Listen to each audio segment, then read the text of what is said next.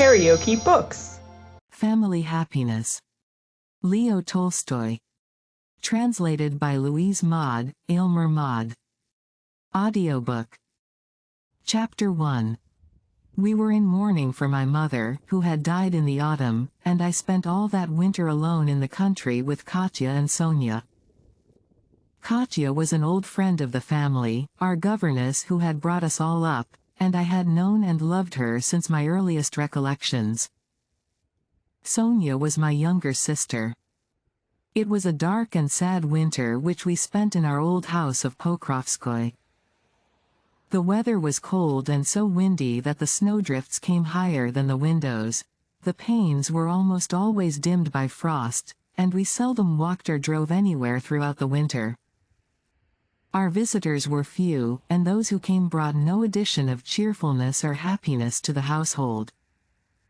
They all wore sad faces and spoke low, as if they were afraid of waking someone. They never laughed, but sighed and often shed tears as they looked at me and especially at little Sonia in her black frock.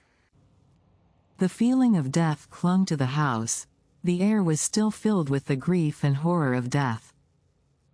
My mother's room was kept locked, and whenever I passed it on my way to bed, I felt a strange uncomfortable impulse to look into that cold empty room. I was then 17, and in the very year of her death my mother was intending to move to Petersburg, in order to take me into society. The loss of my mother was a great grief to me, but I must confess to another feeling behind that grief. A feeling that though I was young and pretty, so everybody told me, I was wasting a second winter in the solitude of the country. Before the winter ended, this sense of dejection, solitude, and simple boredom increased to such an extent that I refused to leave my room or open the piano or take up a book.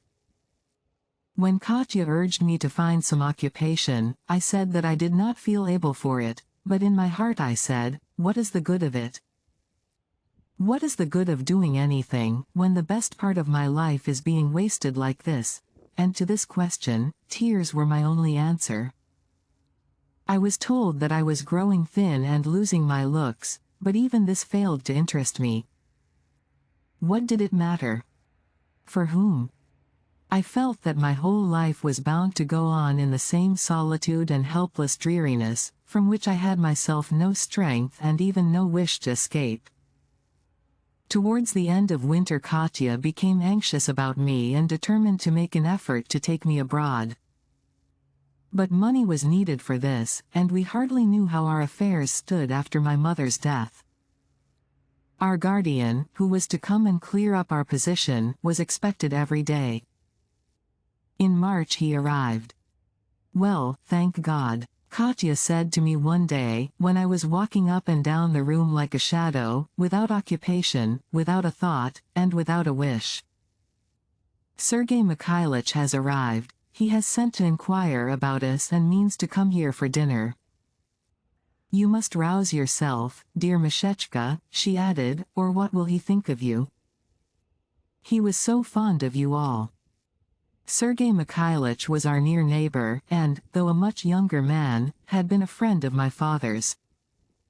His coming was likely to change our plans and to make it possible to leave the country, and also I had grown up in the habit of love and regard for him, and when Katya begged me to rouse myself, she guessed rightly that it would give me a special pain to show to disadvantage before him, more than before any other of our friends.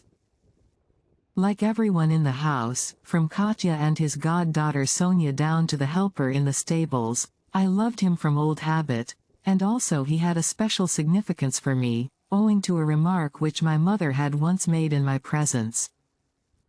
I should like you to marry a man like him, she said.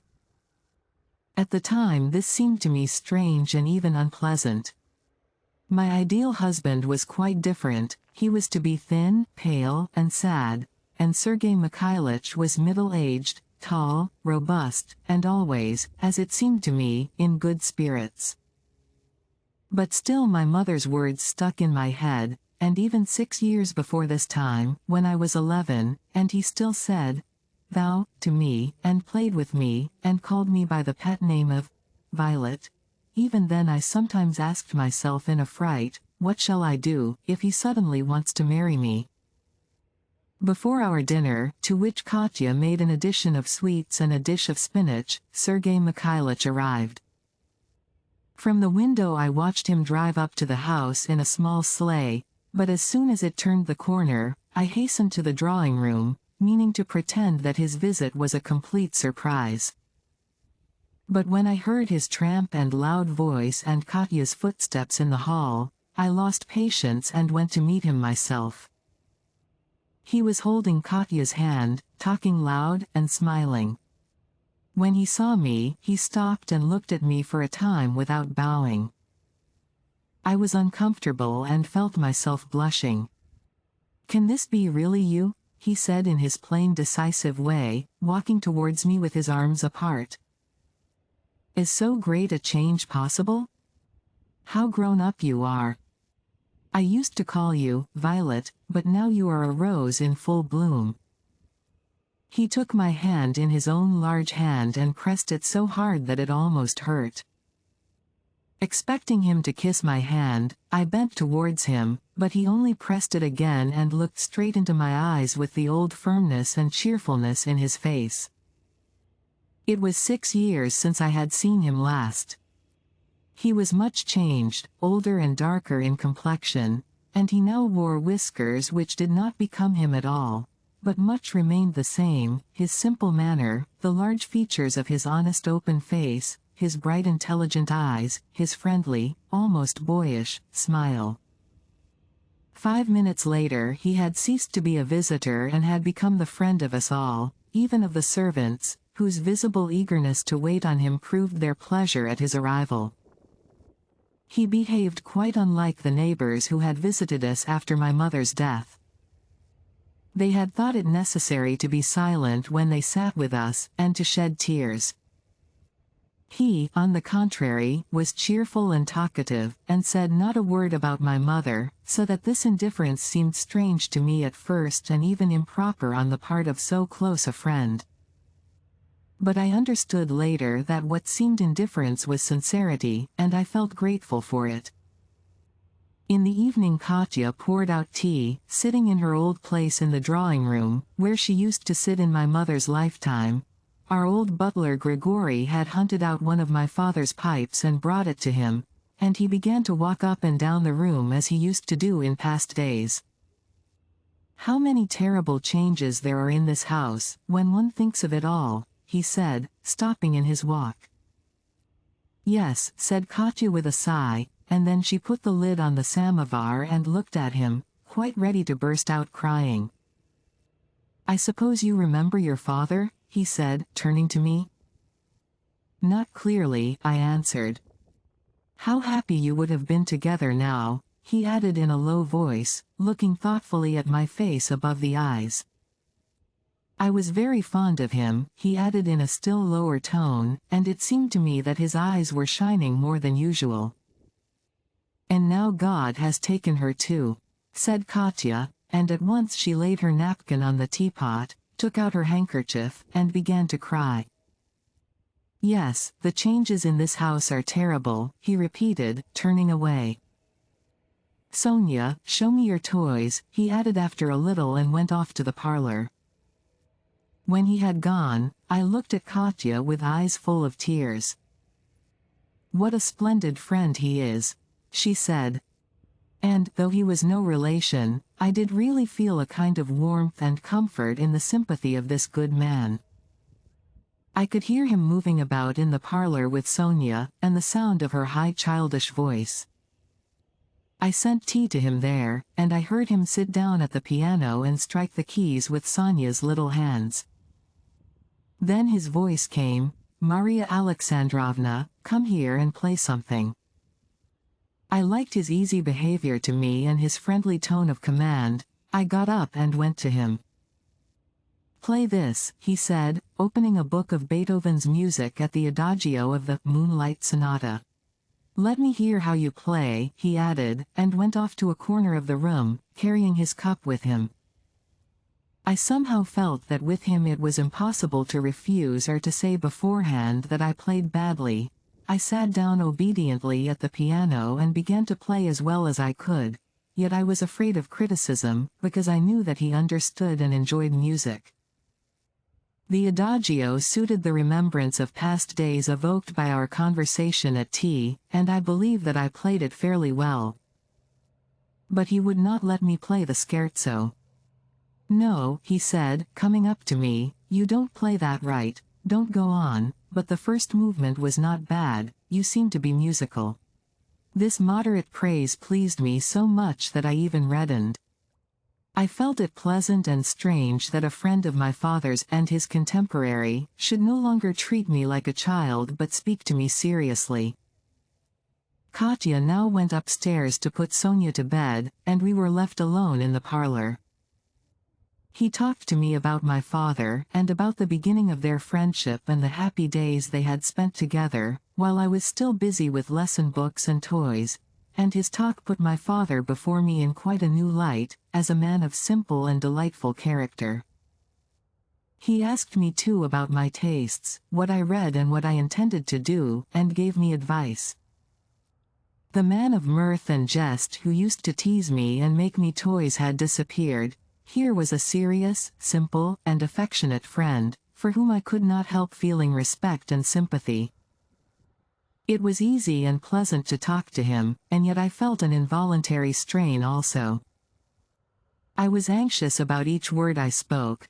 I wished so much to earn for my own sake the love which had been given me already merely because I was my father's daughter.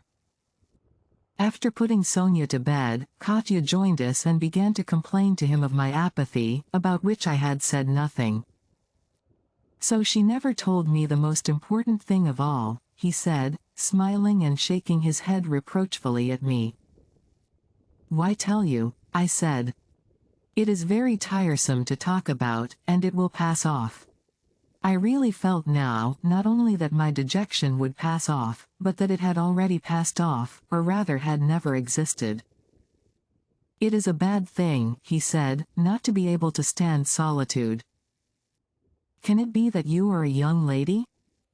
"Of course, I am a young lady," I answered laughing. "Well, I can't praise a young lady who is alive only when people are admiring her, but as soon as she is left alone, collapses and finds nothing to her taste. One who is all for show and has no resources in herself." "You have a flattering opinion of me," I said, just for the sake of saying something. He was silent for a little. Then he said, "Yes, your likeness to your father means something. There is something in you," and his kind attentive look again flattered me and made me feel a pleasant embarrassment. I noticed now for the first time that his face, which gave one at first the impression of high spirits, had also an expression peculiar to himself, bright at first and then more and more attentive and rather sad. "You ought not to be bored, and you cannot be," he said. "You have music, which you appreciate, books, study. Your whole life lies before you, and now or never is the time to prepare for it and save yourself future regrets. A year hence it will be too late." He spoke to me like a father or an uncle, and I felt that he kept a constant check upon himself, in order to keep on my level.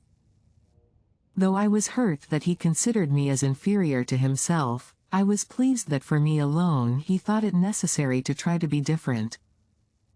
For the rest of the evening he talked about business with Katya. "Well, goodbye, dear friends," he said. Then he got up, came towards me and took my hand. "When shall we see you again?" asked Katya. "In spring," he answered, still holding my hand. "I shall go now to Danilovka. This was another property of ours. Look into things there and make what arrangements I can. Then I go to Moscow on business of my own, and in summer we shall meet again." "Must you really be away so long?" I asked, and I felt terribly grieved. I had really hoped to see him every day, and I felt a sudden shock of regret, and a fear that my depression would return. And my face and voice just have made this plain. You must find more to do and not get depressed, he said, and I thought his tone too cool and unconcerned. I shall put you through an examination in spring, he added, letting go my hand and not looking at me. When we saw him off in the hall, he put on his fur coat in a hurry and still avoided looking at me. He is taking a deal of trouble for nothing, I thought. Does he think me so anxious that he should look at me? He is a good man, a very good man, but that's all. That evening, however, Katya and I sat up late, talking, not about him but about our plans for the summer, and where we should spend next winter and what we should do then. I had ceased to ask that terrible question, what is the good of it all? Now it seemed quite plain and simple. The proper object of life was happiness, and I promised myself much happiness ahead. It seemed as if our gloomy old house had suddenly become fully of light and life. If you liked what you heard, please subscribe to the channel.